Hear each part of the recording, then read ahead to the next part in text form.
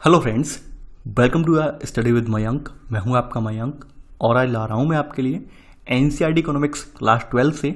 यहां आज आपकी जो है बुक सेकंड शुरू हो रही है, यानी हमारी मैक्रो इकोनॉमिक्स की बुक है। ये समष्टि अर्थशास्त्र की बुक है। यहाँ पर इससे पहले आपने व्यष्टि अर्थशास्त्र की अवधारणा को जान लिया था। अब हम यहाँ पर समष्टि अर्थशास्त्र की अवधारणा को जानेंगे और आज आपका यहाँ पर इसी के तहत अध्याय 1 है, यानी यहाँ पर परिचय के बारे में जानेंगे, किस तरह से इसका विकास हुआ, ठीक है, कैसे करके इसके सिद्धांत हैं, तो वो सब बातें इस अध्याय के तहत हम जानेंगे। तो चलिए स्टार्ट करते हैं आज का वीडियो। देखते हैं क्या क्या डिस्कस करना है यहाँ पर और क्या क्या नोट डाउन करना है। देखिए, आप जैसा कि आप व्यष्टि अर्थशास्त्र में पढ़कर आए थे कि व्यष्टि अर्थशास्त्र जो था उपभोक्ता, फर्म, ठीक है, और एक लोअर लेवल पर, यानी कि आपने जो जो अवधारणाएं दी व्यापार से संबंधित, उन सब अवधारणाओं से संबंधित था। वहीं समष्टि अर्थशास्त्र में आपका समग्र मूल्यांकन होता है, यानी कि हमारा जो उद्योग, व्यापार या फिर उपभोक्ता जो क्रय विक्रय कर रहे हैं उनका राष्ट्रीय आय में क्या योगदान हो रहा है, या फिर उपभोक्ता जिस हिसाब से मार्केट में उनका रुख है उसके अकॉर्डिंग क्या वो मार्केट पे प्रभाव डाल रहे हैं, क्या वो राष्ट्रीय अर्थव्यवस्था पर प्रभाव डाल रहे हैं, ठीक है। उद्योग जगत जो तमाम जो मार्केट अपना फैलाए हुए है उस सब का क्या हमारी अर्थव्यवस्था में प्रभाव पड़ रहा है, तो वो सब चीज़ें हम यहाँ पे समष्टि अर्थशास्त्र में देखेंगे, ठीक है। उनसे रोजगार कैसे सृजित हो रहा है, तो ये सब बातें हम यहीं पर देखेंगे, ठीक है। हमने वहाँ पर व्यष्टि में यानी कि छोटे लेवल पर देख लिया था कि भाई कैसे जो है फर्में अपना प्रोडक्शन कर रही थी, फर्में अपना बाजार संतुलित कर रही थी, उपभोक्ता कैसे अपनी वस्तु को चयनित कर रहे थे, तो हमने ये सब चीज़ें देखी थी, यानी कि हमने उपभोक्ता और फर्म के स्तर पर देखा था। अब हम यहाँ पर राष्ट्रीय स्तर पर देखेंगे कि भाई कीमतें कैसे निर्धारित होंगी। मान लीजिए कुछ मूलभूत चीज़ें हैं, ठीक है, तो वो कैसे बढ़ेंगी या घटेंगी, या फिर इससे रोजगार पर क्या असर पड़ेगा, ठीक है। यानी कि यहाँ पर वही लिखा गया है कि वास्तव में व्यापक आर्थिक प्रश्न जो सब आ जाते हैं, जो इनका संबंध सभी नागरिकों से है, ये संपूर्ण रूप से कीमतें बढ़ेंगी घटेंगी, क्या संपूर्ण देश में अर्थव्यवस्था के कुछ क्षेत्रों में रोजगार की दशा बेहतर है, ठीक है, इससे प्रदर्शित करने का संकेतक क्या होगा, यानी कि अर्थव्यवस्था अच्छी है या बुरी है, प्रदर्शित करने का संकेतक क्या होगा, राज्य कौन सा कदम उठाएगा कि लोगों की मांगें जो है पूरी हों, ठीक है। तो ये सब जो प्रश्न आ रहे हैं, यानी ये सब समष्टि अर्थशास्त्र में इन सब प्रश्नों को जटिलताओं पर यहाँ पर विचार किया जाता है, यानी इन सब प्रश्नों का जवाब जो है समष्टि अर्थशास्त्र के पास है, ठीक है। यानी हमने व्यष्टि अर्थशास्त्र में ये हमने देख लिया था कि बहुत सारी चीजें ऐसी हैं जिन्हें उपभोक्ता खरीद नहीं सकता है, तो उन चीजों को कैसे सरकार मुहैया करवाएगी, ठीक है, उन चीजों के लिए सरकार कैसे प्रबंध करेगी, तो वो सब समष्टि अर्थशास्त्र के अंतर्गत आ जाएंगे, ठीक है। अब देखिए, यहाँ पर चीजें लिखने से या समझने की हैं, यहाँ पर ज़्यादा कुछ लिखने के लायक है नहीं। देखिए, यहाँ पर लिखा है कि यदि हम किसी देश की अर्थव्यवस्था को संपूर्ण रूप से देखें तो हम पाएंगे कि अर्थव्यवस्था में सभी वस्तुओं और सेवाओं के निर्गत के स्तरों के साथ एक संचालन की प्रवृत्ति होती है। बिल्कुल सही बात है कि भाई कहीं से इनपुट आउटपुट निकल रहा है, ठीक है, और सेवाएं जो खपत हो रही है, एक उनके में एक संचालन की प्रवृत्ति, यानी आपस में उनका साइकिल बना हुआ है, सप्लाई चेन बनी हुई है, ठीक है। यहाँ पर लिखा है यदि खाद्यान्न में, अगर मान लीजिए खाद्यान्न के निर्गत में वृद्धि होती है और आमतौर पर औद्योगिक वस्तुओं पर निर्गत स्तर भी बढ़ता है, ठीक है, यानी कहने का यहाँ पर ये मतलब यहाँ पर दिखाया गया है कि मान लीजिए कि किसानों का जो प्रोडक्शन है वो बढ़ जाता है तो उसका असर कहीं ना कहीं जो औद्योगिक उत्पादन है उस पर भी असर पड़ेगा, यानी औद्योगिक उत्पादन भी बढ़ जाएगा। लेट्स एक एग्जांपल लेते हैं आपके सामने। मान लेते हैं किसान है जिसके पास 5 बीघा खेत है और अभी आपका जो आपने देखा हुआ गेहूं जो है कट गया है, गेहूं का सीजन यानी खत्म हो गया है, गेहूं कटकर लोग मार्केट में बेचने जा रहे हैं। अब मान लीजिए किसान की जितनी लागत आ रही है उसके बाद उसे अच्छा खासा मुनाफा हो रहा है किसान को, ठीक है। 5 बीघा गेहूं जो भी उसमें निकला 25 से 30 कुंटल गेहूं, तो वो जाता है मंडी समिति में से बेच देता है, ठीक है, अपनी लागत निकालकर, जो भी उसका जो लागत में यानी जो भी श्रम लगा वो सब निकाल कर, ठीक है, बचत जो हो रही है बचत रखता है। बचत में उसे मालूम पड़ा कि हाँ भाई 50,000 रुपये की बचत हो गई यहाँ पर। अब 50,000 रुपये की बचत जब हो गई है तो व्यक्ति क्या करेगा, अपने लिए थोड़ा बहुत अपने घर की केयर करेगा, देखेगा भाई हमारे घर में गर्मी का सीजन स्टार्ट हो गया, हमारे घर में कूलर है या नहीं है, फ्रिज है या नहीं है, यानी ये कब देखेगा, तभी तो देखेगा जब वो आर्थिक रूप से समृद्ध या सुदृढ़ हो पाएगा। अगर मान लीजिए फसल उसकी जो है अच्छी खासी नहीं बिकती, उसमें घाटा रहता, यानी आपने देखा कि हर सीजन में कुछ ना कुछ आंधी बारिश तूफान वगैरह आते रहते हैं, मान लीजिए उसकी फसल बेटर नहीं होती, उस खेत में से उसे जो है मुनाफा नहीं होता बल्कि जो है लागत के बराबर ही वो छूट जाता, ठीक है, यानी जितनी लागत थी लागत के बराबर ही उसे जो है धनराशि मिल पाती। तो क्या वो ये अपनी जो उपयोगिता के सामान और हैं जिन्हें वो खरीदने के लिए इच्छुक है वो खरीद पाता? नहीं खरीद पाता। यानी खरीद कब रहा है, जब उत्पादन में वृद्धि हुई। उत्पादन में वृद्धि हुई तो मतलब ये हुआ कि भाई उसे फायदा भी हुआ, फायदा हुआ तो यकीन मानिए तो भाई अपने बारे में देखेगा भाई हमें घर का निर्माण करवाना है नहीं करवाना है, घर में हमें कौन कौन सी चीजें बढ़ानी है, तो अपने घर के लिए और चीजें खरीद कर लाएगा। कहीं ना कहीं टीवी खरीदेगा, फ्रिज खरीदेगा, तो टीवी फ्रिज जब मार्केट से खरीदेगा तो यकीन मानिए ये सब औद्योगिक इंडस्ट्री लेवल पे प्रोड्यूस होने वाले आइटम है, तो भाई जब ये सब चीजें वो लेके आएगा कहीं ना कहीं तो इन सब से इंडस्ट्रियों का भी फायदा होगा, यानी किसान समृद्ध होगा और वो मार्केट से ये सब विलासिता के सामान जब खरीदेगा तो यकीन मानिए इंडस्ट्रियों पर भी एक प्रभाव पड़ेगा, ठीक है। तो यहाँ पर ये प्रवृत्ति देखने को मिलती है कि जब जब खाद्यान्न में यानी कि प्राथमिक लेवल में अगर सेक्टर में वृद्धि हुई, खाद्यान्न सेक्टर में अगर वृद्धि होती है आउटपुट में, तो उसका औद्योगिक में भी असर पड़ता है, यानी औद्योगिक उत्पादन जो है इसमें निर्गत में भी यहाँ पर वृद्धि या ह्रास की प्रवृत्ति साथ में देखने को मिलती है। यानी मान लीजिए जिस साल फसल खराब हो गई, तो फसल खराब होने के अकॉर्डिंग आप देखते होंगे कि बाजारों की स्थिति भी डाउन हो जाती है, बिल्कुल हो जाती है। आपने देखा होगा कि अक्सर तमाम ग्रामीण परिवार इसी बात को लेकर चलते हैं कि भाई हमारी फसल इस साल की इतनी बिक जाएगी तो हम ये काम कर लेंगे, वो काम कर लेंगे, यानी सब अपने अपने सपने देखते हैं। आप अमूमन हम सभी लोग लगभग ग्रामीण परिवारों से ही आते हैं और सभी लोगों के यहाँ यही प्रवृत्ति रहती है कि सब लोग ये सोच के चलते हैं भाई इस बार की फसल हमारी अच्छी बिक जाए तो मार्केट से ये लेके आएंगे, हमें ये जरूरत है, हमें बाइक जरूरत है, बाइक लेंगे, ठीक है। और मान लीजिए फसल अच्छी नहीं बिकती है, फसल आपको मुश्किल से आपकी जो लागत है वो लागत ही निकल पाती है, तो आप खरीद पाएंगे, नहीं खरीद पाएंगे। यानी कहने का मतलब ये है खाद्यान्न बढ़ेगा तो यकीन मानिए औद्योगिक उत्पादन भी बढ़ जाएगा, ठीक है। तो यहाँ पर दिखाया गया है समष्टि अर्थशास्त्र में कि एक पहलू का कैसे दूसरे पहलू पर भी असर पड़ रहा है, ठीक है। तो ऐसे करके यहाँ पे दिखाया गया है। तो ये देखिए ये चैप्टर जो है समझने लायक है, इसमें लिखने लायक ज़्यादा नहीं है, ठीक है। अब यहाँ पर कहा गया है कुछ बातें और कही गई हैं, जैसे यहाँ पर कहा गया है कि समष्टि अर्थशास्त्र में एक सामान्य विश्लेषण यहाँ पे दिखाया गया है कि एकल काल्पनिक वस्तु पर ध्यान केंद्रित करने पर कैसे देश का कुल उत्पादन, रोजगार के स्तर का संबंध उन विशेषताओं जैसे कीमत जो कि परिवर्ती होते हैं, कीमत परिवर्ती होती है, ब्याज दर परिवर्ती है, मजदूरी दर, लाभ इत्यादि से इससे क्या होता है। यानी यहाँ पर ये दिखाया गया है कि समष्टि अर्थशास्त्र में हम किसी एक काल्पनिक वस्तु पर ध्यान केंद्रित कर लें, ठीक है, तो उससे देश का में कैसे उत्पादन उसका होगा, उससे क्या रोजगार का स्तर बढ़ेगा, ठीक है। यानी कि उसमें कुछ परिवर्ती कारक भी अगर हम लगाएं, जैसे कीमत उसकी घटा बढ़ा दें, ब्याज दर कम कर दें या बढ़ा दें, मजदूरी दर उसकी कम कर दें या बढ़ा दें, तो उससे क्या रोजगार पर असर पड़ेगा, ये यहाँ पर दिखाने की कोशिश की गई है, ठीक है। यहाँ पर वही बताया गया है कि अधिसंख्य वास्तविक वस्तुओं के साथ क्या होता है जो बाजार में खरीदी और बेची जाती हैं, ठीक है। यानी कि यहाँ पर दिखाया गया है कि भाई मान लीजिए भाई मार्केट में वही प्रवृत्ति है कि मान लीजिए अगर वस्तुओं की संख्या अधिक होगी और खरीदार कम होंगे तो क्या हो गया, यानी कि अधिमांग हो जाएगी, ठीक है। यानी कि यहाँ पर आप देखेंगे कि भाई सॉरी अधिमांग बोल गया मैं, ये अधिमांग नहीं होगी बल्कि वस्तुएं अधिक हो जाएंगी, अधिमांग नहीं होगी। और भाई मान लीजिए मांग ज़्यादा है, सप्लाई नहीं हो रही है तो अधिमांग वाली स्थिति निकल के आएगी, ठीक है। तो वो सब चीज़ें बताई गई हैं और ये बताया गया कि किस तरह से मुद्रा में इन्फ्लेशन वगैरह देखने को मिलता है, मुद्रास्फीति देखने को मिलती है। और मुद्रास्फीति का मतलब ये होता है कि मान लीजिए किसी व्यक्ति की जो आमदनी है, वार्षिक आमदनी जो है वो 1 लाख रुपए है, वार्षिक आमदनी को देख रहे हैं। अब जो उसका जो खाने पीने पे खर्चा है, जो बेसिक फैसिलिटी पे उसका खर्चा जो होता है, वो सालाना खर्चा उसका 50 से लेकर 60,000 रुपये होता है, ठीक है। ये इसका 2019 का है, यानी सर 2019 का इसका जो व्यय है ये। अब बात करते हैं 2020 आई। अब 2020 की स्थिति हालात खराब हुए, आप जानते हैं 2020 में क्या कोरोना त्रासदी आ गई। कोरोना के दौरान उत्पादन जो था बंद हो गया, रोजगार ठप हो गए ज़्यादातर, ठीक है। अब क्या है भाई, आमदनी जो थी स्रोत, आदमी के पास जो रिजर्व पैसा था वही के वही रह गया, ठीक है। अब क्या था भाई, यहाँ पे खाद्यान्नों के दाम बढ़ रहे हैं या फिर खाद्यान्नों के दाम और भी बढ़ रहे हैं। तो यहाँ पर हम देखेंगे जो 2019 में उसका जो खर्चा था खाने पीने पे 50 से 60,000 था 1 लाख की आमदनी में। अब 2020 में जाकर वो पहुंच गया कितने पर, 90,000 पर। तो ये क्या दिखा रहा है, ये मुद्रास्फीति दिखा रहा है, यानी इन्फ्लेशन हुआ, यानी चीजें, यानी कि कीमत, यानी कि आपकी सैलरी तो नहीं बढ़ी बल्कि कीमतें बढ़ गई, क्योंकि सैलरी बढ़ने का सवाल ही नहीं है भाई। देश में आर्थिक मंदी चल रही है, कहाँ से कंपनियां सैलरी बढ़ा देंगे, उत्पादन ठप पड़ा है, सैलरी नहीं बढ़ी। लेकिन जो हम खाद्यान्न चीजें थी, जो हम जरूरतमंद की जो हमारी चीजें थी, उनके दाम बढ़ गए, ठीक है। तो इस तेजी को हमने मुद्रास्फीति, आप जानते हैं मुद्रास्फीति नाम दिया जाता है। यहाँ पर दिखाया गया रोजगार या उत्पादन स्तर गिर जाता है, इसे मंदी की श्रेणी में रखा जाता है। तो ये बातें आप ऑलरेडी जानते हैं, ठीक है। देखिए ये सब चीज़ें डिस्कस इसलिए कर रहा हूँ क्योंकि चैप्टर में आई हैं, तो मैंने सोचा मैं डिस्कस कर दूँ यहाँ पर। अब चलिए बात करते हैं यहाँ पे, सबसे पहले अब स्टार्ट कर लेते हैं कि अर्थशास्त्र की जो अवधारणा है शुरू कहाँ से होती है। देखिए यहाँ पर आपके व्यक्ति हैं, इनका नाम है एडम स्मिथ। तो एडम स्मिथ को यहाँ पर आधुनिक अर्थशास्त्र का जनक या पिता के रूप में इन्हें जाना जाता है, ठीक है। देखिए शुरुआत में अर्थशास्त्र जो था एक अलग शाखा नहीं थी, यानी शुरुआत में अर्थशास्त्र जो था एक मिलीजुली शाखा थी और ये राजनीतिक अर्थशास्त्र के रूप में ये जाना जाता था ये विषय, ठीक है। यानी इसे अलग नहीं किया गया था, ये विषय राजनीतिक अर्थशास्त्र से अर्थ था, ठीक है। यानी राजनीतिक आप पढ़ लेते हैं, पॉलिटी पढ़ते हैं, पॉलिटी में ही अर्थशास्त्र था शुरुआत में, ठीक है। शुरुआत में अलग नहीं था। देखिए ये एडम स्मिथ जो थे वो स्कॉटलैंड के निवासी थे, ग्लासगो विश्वविद्यालय में प्रोफेसर थे, ठीक है। इसके अलावा इनकी एक पुस्तक प्रकाशित हुई, इनकी एक पुस्तक थी, यानी कि लिख लेना ये चीज़ें जो यहाँ पर मैं बता रहा हूँ, अंडरलाइन कर रहा हूँ, ठीक है। यहाँ से लेकर यहाँ तक इनकी पुस्तक थी, प्रकाशित हुई, an inquiry into the nature and cause of the wealth of nations 1776 विषय की एक मुख्य इनकी विख्यात्मक पुस्तक के रूप में ये जानी जाती है, ठीक है। यानी कि ये पुस्तक इन्होंने इनकी जो है ये इन्होंने लिखी थी वाली पुस्तक।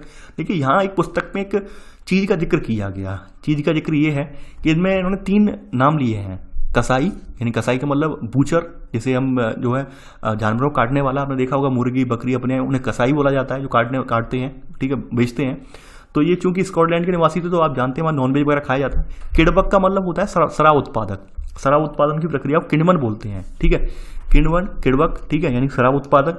नानबाई का मतलब हो गया जो नान रोटी होती है बनाने वाली। तो इन्होंने कहा है कि भाई इनकी पुस्तक में लिखा है कसाई, किडबक और नानबाई के परोपकार की भावना से हम भोजन की उम्मीद नहीं करते हैं। यानी इन्होंने एक अपनी किताब में अनुच्छेद लिखा है कि जो कसाई है या फिर जो शराब बनाने वाला है या नान बनाने वाला है, इनकी परोपकार की भावना से उम्मीद नहीं करते हैं। लेकिन ये लोग क्या है, ये स्वार्थ की पूर्ति के लिए ऐसा करते हैं, यानी कि ये जनता की भलाई के लिए ऐसा नहीं कर रहे हैं। इन्होंने अपनी किताब में जिक्र किया है कि ये लोग जो है जनता की भलाई के लिए ऐसा नहीं कर रहे हैं, ये अपनी स्वार्थ की पूर्ति कर रहे हैं। यानी कहने का मतलब एक अपने भारत में हम कहावत है कि स्वार्थ लाग करें सब प्रीति, यानी स्वार्थ के लिए सब प्रेम करते हैं।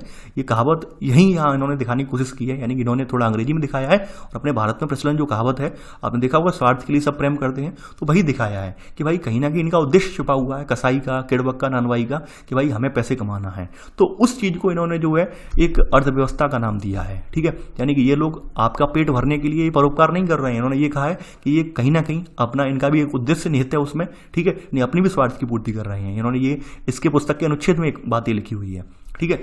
अब देखिए स्मिथ से पहले एक व्यक्ति और थे, यहाँ पर इनका जिक्र किया गया है स्मिथ से पहले, यानी कि एडम स्मिथ से पहले एक फ्रांस के विचारक थे, ठीक है, फ्रांस के फिजियोक्रेटस व्यक्ति हैं, इनका नाम है। ये राजनीतिक अर्थशास्त्र के महान विचारक थे, ठीक है, यानी फिजियोक्रेटस के बाद आपका एडम स्मिथ जो थे वो राजनीतिक अर्थशास्त्र के महान विचारक हुए हैं। और मैंने बताया था कि शुरुआत में जो आपका अर्थशास्त्र है वो राजनीतिक से ही जुड़ा हुआ था, अलग एक इंडिविजुअल शाखा नहीं थी। बाद के समय में आकर इसकी एक शाखा अलग बनी है, ठीक है, ये यहाँ पर आपने देखा होगा। आगे बढ़ते हैं यहाँ पर। अब यहाँ पर बताया गया है, ठीक है, यहाँ पर कुछ चीज़ें बताई गई हैं कि जो समष्टि अर्थशास्त्र है, समष्टि अर्थशास्त्र का उल्लेख किया गया है कि इसमें निर्णयकर्ता अथवा भूमिका अदा करने वाले कौन होते हैं, ठीक है। यानी समष्टि अर्थशास्त्रीय नीतियों का अनुपालन राज्य स्वयं अथवा वैधानिक निकाय जैसे आरबीआई हुआ, भारतीय प्रतिभूति और विनिमय बोर्ड हुआ, इसी प्रकार की संस्था करते हैं। बिल्कुल बात सही है कि समष्टि अर्थशास्त्र जो होता है कि अपने देश की समग्र अवधारणा उसमें आ जाती है कि भाई उत्पादन कैसे हो रहा है, आर्थिक क्रियाएं कैसे चल रही हैं, बाजार कैसे चल रहा है, तो उन सब में क्या प्रगति देखने को है, ठीक है। तो ये सब जो क्रियाएं हैं, ठीक है, इन सब का निगमन, इनसे संबंधित नियम कानून बनाने का कार्य कौन किसका है, अपने देश का, जिसमें अपने आरबीआई हैंडल करता है, भारतीय प्रतिभूति और विनिमय बोर्ड, ठीक है, यानी कि जो आपका सेबी है, ठीक है, वो यहाँ पर हैंडल करता है, और जो वैधानिक जो कानूनी रूप से संवैधानिक की संस्थाएं हैं वो इन्हें हैंडल करती हैं, ठीक है। तो यहाँ पर सेकंड पॉइंट आप नोट कर लेना। तो आपने देख लिया यहाँ पर कि ये कार्य क्या कर रहे हैं, यानी कि समष्टि अर्थशास्त्र में नीतियों का अनुपालन करा रहे हैं देश के संदर्भ में, क्योंकि समष्टि अर्थशास्त्र की अवधारणा ही जो है समूचे देश को, यानी एक राष्ट्र पर पूरी एप्लीकेबल होती है, ठीक है। देखिए इन सबको मूल रूप से अर्थशास्त्र में एजेंट के रूप में संज्ञा दी जाती है, यानी एजेंट कहा जाता है अर्थशास्त्र में। आर्थिक एजेंट देखेंगे, ठीक है। देखिए आर्थिक एजेंट यहाँ पे अर्थशास्त्र में कौन कहे जाते हैं, ठीक है, यानी आर्थिक इकाई अथवा आर्थिक एजेंट से हमारा यहाँ पर अभिप्राय है उन व्यक्तियों या संस्थाओं से होता है जो आर्थिक निर्णय लेते हैं। ये उपभोक्ता हो सकते हैं, ठीक है, ये यानी वस्तुओं सेवाओं के उत्पादक भी हो सकते हैं, ठीक है, ये सरकार या फिर निगम, बैंक जैसी संस्थाएं भी हो सकती हैं जो विभिन्न प्रकार के आर्थिक निर्णय लेते हैं, ठीक है। यानी कि यहाँ पर उपभोक्ता और निर्णय कैसे लेता है, यानी कि हमें क्या खरीदना है क्या नहीं खरीदना है। वस्तुओं की सेवाओं के उत्पादक क्या करते हैं कि भाई हमें उत्पादन क्या करना है, कितना करना है। बैंक वगैरह ये कैसे निर्णय लेते हैं, कहते हैं हमें कितना खर्च करना है, कैसे हमें ब्याज देना है, कैसे नए उद्योगों को प्रोत्साहन देना है। तो इन्हें आर्थिक एजेंट की संज्ञा दी जाती है, इन्हें आर्थिक एजेंट बोला जाता है। तो थर्ड पॉइंट में आप जो जो चीज़ें मैंने अंडरलाइन की हैं वो आप लिख लेना, ठीक है। आगे बढ़ते हैं यहाँ पर। अब देखिए चौथा पॉइंट नहीं, अब आएगा समष्टि अर्थशास्त्र का उद्भव। यानी कि चूंकि शुरुआत में जब स्टार्टिंग हुई थी अर्थशास्त्र की, यानी एडम स्मिथ ने जो अर्थशास्त्र के जनक कहे जाते हैं, उनके समय में ये राजनीतिक अर्थशास्त्र से संबद्ध थी शाखा। बाद के समय में ये जो है इसका उद्भव हुआ है, ये समष्टि अर्थशास्त्र की जो शाखा जो उद्भव हुआ है इसका शुरुआत में भी अलग नहीं थी, उसी में जुड़ी रही है। इसका उद्भव कहाँ हुआ है वो हम देखेंगे। तो हेडिंग डाल लीजिए समष्टि अर्थशास्त्र का उद्भव, ठीक है, ठीक है। यानी समष्टि अर्थशास्त्र को यानी उद्भव करने का श्रेय किसको जाता है, ये जाता है जॉन मेनार्ड कीन्स को, ठीक है, अभी आप देखेंगे। तो यानी समष्टि अर्थशास्त्र का अलग शाखा के रूप में उद्भव एक ब्रिटिश अर्थशास्त्री थे ये जॉन मेनार्ड कीन्स। इन्होंने इनकी पुस्तक लिखी थी the general theory of employment interest and money इन्होंने 1936 में इसे प्रकाशित किया था। ठीक है, इसके बाद आपका समष्टि अर्थशास्त्र जो है यानी मैक्रो इकोनॉमिक्स जो है इसका उद्भव हुआ है। ठीक है, देखिए यहाँ पर इस पुस्तक में प्रकाशित होने से पहले एक पुरानी परंपरा चली आ रही थी जिसे हम क्लासिकल परंपरा बोलते हैं। ठीक है, इस परंपरा में ये था, पुरानी परंपरा जो जॉन मेनॉर्ड कीन्स के पहले एक परंपरा जो चली आ रही थी, इसमें यह था कि चिंतन का प्राबल्य था कि सारे श्रमिक जो काम करने के इच्छुक हैं उन्हें काम मिलेगा यदि सारे कारखाने पूरी क्षमता के साथ कार्य करते रहेंगे। यानी कि अर्थशास्त्र में पहले इस अवधारणा का प्रचलन ये था कि भाई अगर मान लीजिए सारे श्रमिक हैं जो काम करने के इच्छुक हैं तो उन्हें काम मिलेगा, लेकिन शर्त वही है कि सारे कारखाने अपनी पूरी क्षमता के साथ काम करते रहें। ठीक है, अब देखिए ये जो क्लासिकल थ्योरी थी इसमें ना तो ये जिक्र किया था कि भाई इसके लिए अर्थव्यवस्था स्थिर होनी चाहिए या अर्थव्यवस्था में उतार चढ़ाव भी होगा या फिर ये नहीं होगा, किस तरह से वस्तुओं की खपत होगी, इस बात का जिक्र नहीं था, केवल इस बात का जिक्र था। तो ये क्लासिकल परंपरा मानी जाती है। वहीं जब जॉन मेनॉर्ड किन्स आए तो इन्होंने इसको डीपली समझाया। ठीक है, कि भाई ये चीज़ तो गलत है। यानी कारखाने आप देख रहे होंगे अभी, जैसे देश में ही अगर आप देख लें, अगर हम देश की बात करें, मान लीजिए देश में भी सभी कारखाने चल रहे होते, एक एग्जाम्पल लेते हैं कि कारखानों का प्रोडक्शन चल रहा होता और आपके देश का लॉकडाउन हो जाता, यानी देश में आपका लॉकडाउन हो गया और कारखाने जो चलते रहते, तो कारखानों को भी अपनी एक स्थिति पर आकर अपना प्रोडक्शन रोकना पड़ता। जैसे आपके सामने एक एग्जाम्पल भी है, एग्जाम्पल है रिफाइनरी। ठीक है, यानी आपका जो रिफाइनरी उद्योग है ये आपके सामने सबसे बड़ा एग्जाम्पल है। ठीक है, क्योंकि देश में जैसे जैसे जनता की गति रुक गई, आर्थिक विकास के पहिए रुक गए, वैसे वैसे आपके वाहन भी रुक गए। और आप देख रहे होंगे कि सऊदी अरब की अरामको जो होगी उसका तेल वाले शेयर थे वो जीरो पे आके टिक गए। ठीक है, यानी ये एक सबसे बड़ा एग्जाम्पल है। यानी ये हम नहीं कह सकते हैं कि भाई कारखाने अपनी पूरी क्षमता से चलते रहेंगे तो आपके यहाँ जो है वर्करों को काम मिलता रहेगा, लाभ होता रहेगा, ये बिल्कुल नहीं कह सकते हैं। ठीक है, क्योंकि मार्केट भी तो होना चाहिए, मार्केट ही नहीं होगा तो क्या मतलब है। ठीक है, तो ये पहले थ्योरी व्याप्त थी, यानी पहले की वाली थ्योरी में ये सब अवधारणा नहीं थी, डीपली नहीं सोचा गया था। तो पहले की थ्योरी को क्लासिकल परंपरा कहते हैं, लेकिन इन्होंने एक नई थ्योरी का जन्म दिया। जॉन मेनॉर्ड कीन्स ने जो किताब निकाली the general theory of employment, interest and money, इसमें इन्होंने बहुत डीपली ये कॉन्सेप्ट सब उजागर किए। जो मैं आपके सामने साझा कर रहा हूँ कॉन्सेप्ट, वो सब कॉन्सेप्ट इन्हीं की इस बुक से ही है। ठीक है, तो आपने पहला पॉइंट तो यहाँ तक नोट कर लिया होगा। और पहले क्या थ्योरी चल रही थी, ठीक है, तो ये पहली थ्योरी चल रही थी वो भी लिख लेना है। कीन्स से पहले ये यहाँ से लेकर इसमें सब पॉइंट करके लिख लेना है। अगर आपसे पूछा जाए कि कीन्स से पहले, जॉन मेनॉर्ड कीन्स से पहले क्या चल रहा था अर्थशास्त्र में, तो आप बता देंगे। तो इस जो थ्योरी है, जब इन्होंने जो थ्योरी दी, उस थ्योरी के बाद ये महसूस किया जाने लगा कि भाई समष्टि अर्थशास्त्र एक अलग शाखा बनाई जाए। ठीक है, जिसके जरिए हम जान पाएं कि किस तरह से जो उत्पादन वगैरह है वो देश के विकास में, देश में क्या योगदान दे रहा है। ठीक है, तो ये यहाँ पर कहा गया है। आगे बढ़ते हैं। अब देखिए इनका जन्म जो हुआ था वो 1883 में हुआ था। सब पॉइंट लिख लेना है, जन्म 1883 में। शिक्षा, ठीक है, Kings college Cambridge United kingdom में हुई थी। ठीक है, इसके बाद यहाँ पर ये प्रथम विश्व युद्ध के दौरान यहाँ पर ये अंतर्राष्ट्रीय राजनीतिक के रूप में भी ये जुड़े रहे हैं। ठीक है, यहाँ पर इन्होंने अपनी जो पुस्तक थी economic consequences of the peace, इसमें इन्होंने युद्ध की शांति समझौते के भंग होने की भविष्यवाणी भी इन्होंने पहले ही कर दी थी। ठीक है, इसके बाद इनकी जो general theory of employment, interest and money पुस्तक आई, उसने तो नए इसकी नींव रखती समष्टि अर्थशास्त्र की। ठीक है, इन्हें देखिए जॉन मेनॉर्ड कीन्स को जो है उस समय एक सट्टेबाज यानी समझदार सट्टेबाज की संज्ञा दी गई थी, क्योंकि इतने ज़्यादा ये माइंडेड व्यक्ति थे, इतने ज़्यादा माइंडेड व्यक्ति थे कि इन्हें सब मालूम था अर्थशास्त्र में क्या होगा क्या नहीं होगा। क्योंकि मैंने आपको बताया कि इनके आने से पहले, इनकी थ्योरी देने से पहले वही क्लासिकल थ्योरी चल रही थी कि भाई उत्पादन होगा तो भाई जॉब भी मिलेंगे, ये होगा वो होगा, लेकिन उसमें उपभोक्ता को ध्यान में नहीं रखा गया था। लेकिन इन्होंने हर पहलू पर विचार किया कि भाई हर पहलू यानी क्या क्या कहता है। तो इसलिए जॉन मेनॉर्ड कीन्स जो हैं ये समष्टि अर्थशास्त्र के पिता के रूप में भी जाने जाते हैं। ठीक है, आगे बढ़ते हैं। अब देखिए यहाँ पर अगली बात कही गई है। ठीक है, यहाँ पर कहा गया है कि 1929 की एक महामंदी आई, यानी कि आपने 1929 की एक महामंदी के बारे में जो जिक्र मैंने किया है वो किया है मैंने जिक्र आपकी क्लास 9th की जो बुक है विश्व इतिहास वाली, वहाँ पर मैंने जिक्र किया है कि 1929 में महामंदी वहाँ पर क्यों आई थी। अमेरिका में आने का रीज़न ये था कि भाई अमेरिका ने जो उनके घास के मैदान थे, उन घास के मैदानों को बहुत ज़्यादा जोता था। जोतने के फलस्वरूप वहाँ की घास की जो मिट्टी थी बहुत ज़्यादा भुरभुरी हो गई थी। ठीक है, यानी कि घास में की मिट्टी में जो है जो जड़ें थी पौधों की, घास की जड़ें थी वो तो हट गई थी, वहाँ पे फसल करने लगे थे। चूंकि उसी समय वहाँ पर अमेरिका में तूफान भी बनते थे वहाँ पर, और तूफान जब बने तो तूफान क्या क्या किया तूफान ने अपने साथ वही मिट्टी, जो भुरभुरी मिट्टी थी, वो भुरभुरी मिट्टी अपने साथ लेकर उड़े।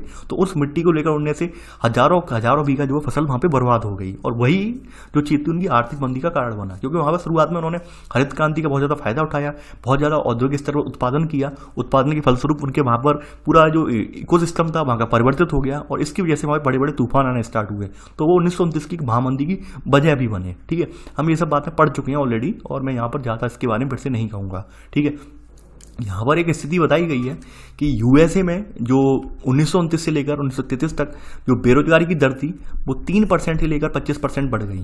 ठीक है, यानी बेरोजगारी दर का मतलब क्या है कि भाई जो लोगों की संख्या जो काम करने के इच्छुक हैं लेकिन किंतु काम नहीं करते हैं, ठीक है, इनमें लोगों की कुल संख्या जो काम करने के इच्छुक हैं और काम करते हैं से भाग देकर भागफल प्राप्त होता है, उसे हम यहाँ पर बेरोजगारी के रूप में जानते हैं। या आप पढ़ चुके हैं बेरोजगारी कैसे निकाली जाती है, क्या होता है, आप आगामी चैप्टर में देखेंगे। ठीक है, तो एक स्थिति बताई गई है कि भाई किस तरह से महामंदी का दौर आया, महामंदी के दौर ने बड़े बड़े कारखाने, श्रमिक वगैरह वो बाहर कैसे निकाल दिए गए, वो उन्होंने स्थिति का यहाँ पे एक वर्णन किया है इस किताब के तहत। ठीक है, यानी इनकी अवधारणा नहीं थी उससे पहले किस तरह से स्थितियाँ थी, क्योंकि उस समय लोगों को इतना नॉलेज था नहीं कि भाई कैसे कर रहा है। उन्हें तो यही लगता था कि भाई फैक्ट्रियाँ चलती रहेंगी, उद्योग धंधे चलते रहेंगे तो हमें रोजगार मिलता रहेगा। ठीक है, उन्हें मतलब इतना ज्ञान था। उन्हें जो राष्ट्रीय स्तर पर इसका क्या योगदान होगा, राष्ट्रीय स्तर पर क्या इसका प्रभाव पड़ेगा, वो इस प्रभाव को नहीं देख पा रहे थे, इसका मूल्यांकन नहीं कर पा रहे थे। तो वो बातें यहाँ पर लिखी हुई हैं। ठीक है, आगे बढ़ते हैं।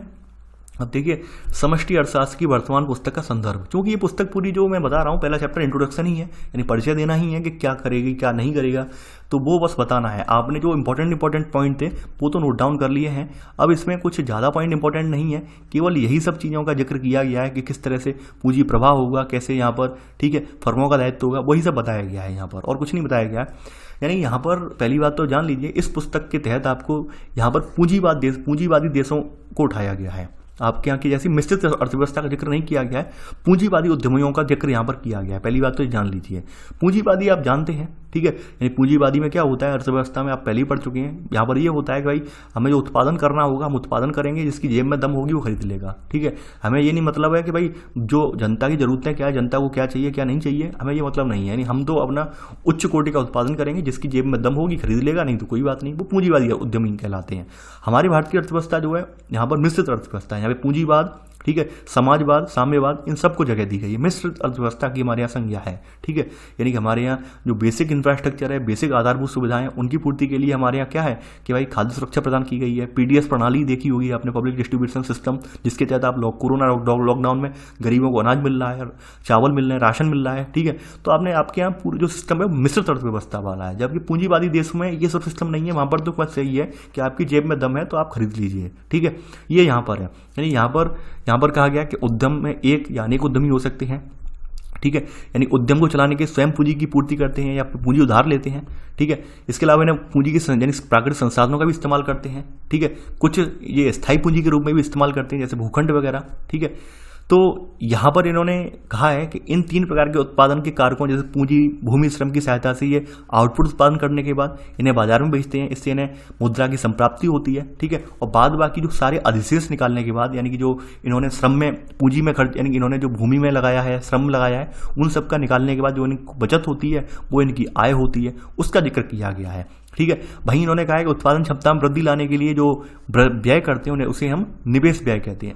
ठीक है, ये जो अवधारणाएं हैं, ये सब पूरा पैराग्राफ दिया है, ये सब पढ़कर आए हैं, आप ऑलरेडी पढ़कर आए हैं। ठीक है, इसमें कुछ भी नया नहीं है इस पैराग्राफ में। ये पैराग्राफ बाकी में चैप्टर तो एंड हो गया है, वो कहने की बात नहीं, वो भूमिका बनाते हैं किताब की, वो भूमिका बनाई गई है यहाँ पर। ठीक है, सही अर्थों में मैं कहूँ तो ये भूमिका बनाई गई है कि भाई किस तरह से यहाँ पर अर्थव्यवस्था चलेगी, कैसे ये होगा, ये सब आप निवेश व्यय वगैरह सब पढ़कर आए हैं। ठीक है, ये निवेश व्यय क्या होता है कि हम उत्पादन क्षमता में वृद्धि लाने के लिए जो व्यय करते हैं उसे निवेश व्यय कहते हैं, या किसी उद्योग धंधों को स्टार्ट करने के लिए व्यय करते हैं उसे निवेश व्यय कहते हैं हम। ठीक है, तो ये सब पढ़कर आए हैं आप। ठीक है, तो यहाँ पर ये कुछ नई अवधारणा नहीं है, बस हम यहाँ पर मोटे मोटे तौर पर समझ लेते हैं कि भाई समष्टि अर्थशास्त्र में जो विकसित और ये विकासशील देश हैं, दोनों प्रकार के देशों में निजी पूंजीवाद क्षेत्र के अलावा राज्य के में उनके अनुरूप एक संस्था होती है जो राज्य की भूमिका कानून बनाने, उसे लागू करने और न्याय दिलाने में होती है। ठीक है, कहने का मतलब ये है कि भाई समष्टि अर्थशास्त्र में अगर हम पूंजीवाद को ही देख लें तो पूंजीवाद में तो उद्योग तय करते हैं, यानी बड़े बड़े फर्में तय करती हैं हमें क्या बनाना है,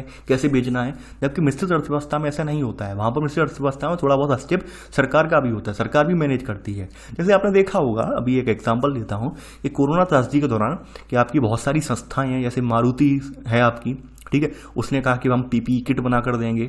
ऐसी बहुत सारी संस्थाएं जिन्होंने कहा डॉक्टरों के जो इक्विपमेंट्स हैं ये हैं, हम वेंटिलेटर क्रिएट करके देंगे। यानी कि जो कार उद्योग की फैक्ट्रियां थी, जैसे आपकी जो है महिंद्रा कंपनी है, कार उद्योग वाली कंपनी है, इसने कहा नहीं हम वेंटिलेटर भी बनाएंगे, ठीक है, यानी हमारे पास प्रौद्योगिकी है तो प्रौद्योगिकी का इस्तेमाल कार बनाने के लिए कर रहे हैं, कार बनाने के लिए नहीं करेंगे, ठीक है। तो हमारे यहाँ ये ऐसा हुआ क्यों? ये मिश्रित अर्थव्यवस्था की वजह से हुआ। क्यों अमेरिका ने अपने यहाँ खुद उत्पादन नहीं करवा पाया? क्यों नहीं करवा पाया? क्योंकि अमेरिका की अर्थव्यवस्था मिश्रित नहीं है हमारे यहाँ जैसी, ठीक है। वहाँ कहीं ना कहीं पूंजीपति वर्ग का वर्चस्व ज्यादा है, तभी वो हमसे, उन्होंने हमारे यहाँ से दवाइयाँ मंगवाई ना, वरना अपने यहाँ भी प्रोडक्शन करवा लेते, वो क्यों नहीं करवा पाए? तो ये सब बातें निकल के आती हैं। तो ये सब जिम्मेदारी किसकी होती है? ये होती है सरकार की, ठीक है, कि समष्टि अर्थशास्त्र को कैसे हमें यहाँ पर एप्लीकेबल करवाना है, उसको कैसे उसके लिए न्याय निर्णय लेने हैं, ताकि हम अपने देश की अर्थव्यवस्था भी बचा जाएं, अपने देश में रोजगार का भी हम सृजन कर पाएं और अपने देश की अर्थव्यवस्था को मंदी से उबार पाएं। ये सब निर्णय यहाँ पर लेने का कार्य होता है वो सबसे ऊपर सरकार का होता है। सरकार ही यहाँ पर एक आर्थिक एजेंट के रूप में यहाँ पर कार्य करती है, ये आप समझ लीजिए। इसमें और कुछ ज़्यादा नहीं है इस चैप्टर में, ठीक है। तो आई होप आप लोग इस चैप्टर की जो बेसिक अवधारणा है उससे अवगत हो चुके हैं पूरी तरह से, ठीक है, कि कैसे ये कार्य कर रही है, कैसे चल रहा है, ठीक है। देखिए एक बात मैं आप सबको बता दूं, आप लोग, मैं जो पढ़ाता हूं वो तो पढ़ ही लेते हैं, इसके अलावा कुछ लोग मुझे कमेंट करके कहते हैं सर आपने नोट्स बनवाए हैं, क्या आप किताब पढ़ना जरूरी है या नहीं है? देखिए किताब आप जरूर पढ़ा कीजिए, ऐसा नहीं है किताब नहीं पढ़नी चाहिए, मैं पढ़ा देता हूं तो किताब नहीं पढ़ें, किताब जरूर पढ़िए। हो सकता है आपके माइंड में कुछ ऐसे तथ्य निकल के आए जिन पर मैंने प्रकाश नहीं डाला हो। देखिए मैं भी एक इंसान हूँ, मैं ये नहीं कहता हूँ कि भाई मैं हर विषय में पारंगत हूँ या हर विषय को चूज करके निकालूंगा, मैं भी इंसान हूँ। हो सकता है कोई तथ्य मुझसे छूट गया हो और वो आपकी नज़र में आ जाए, ठीक है। कोशिश तो मेरी यही रहती है कि भाई ज़्यादा से ज़्यादा तथ्य मैं आपको कवर करवा दूँ, फिर भी कुछ छूट जाता है, ठीक है। तो आप एक बार किताब भी देख लिया कीजिए। नोट्स तो आप देखिए, नोट्स का तो रोल ये रहता है कि एंड टाइम पर आप किताब नहीं पढ़ सकते, तो जल्दी जल्दी में एक दिन के अंदर अंदर आप पूरे नोट्स पढ़ लेंगे, ठीक है। ये तो नोट्स का रोल रहता है, तो इसलिए आप जो है नोट्स तो है ही हैं, आप किताब भी देखा कीजिए। यहाँ पर चूंकि ये पहला चैप्टर तो इंट्रोडक्शन ही था कि कैसे काम करता है, क्या है, ये सब चीज़ें तो आपने देख ली, ठीक है। तो चलिए आज के लिए बस इतना ही। आई होप आपको लेक्चर पसंद आया होगा। देखिए आप लोग वीडियो को लाइक शेयर करते रहिए। तो चलिए आज की बस इतना ही। Thanks for watching. जय हिंद।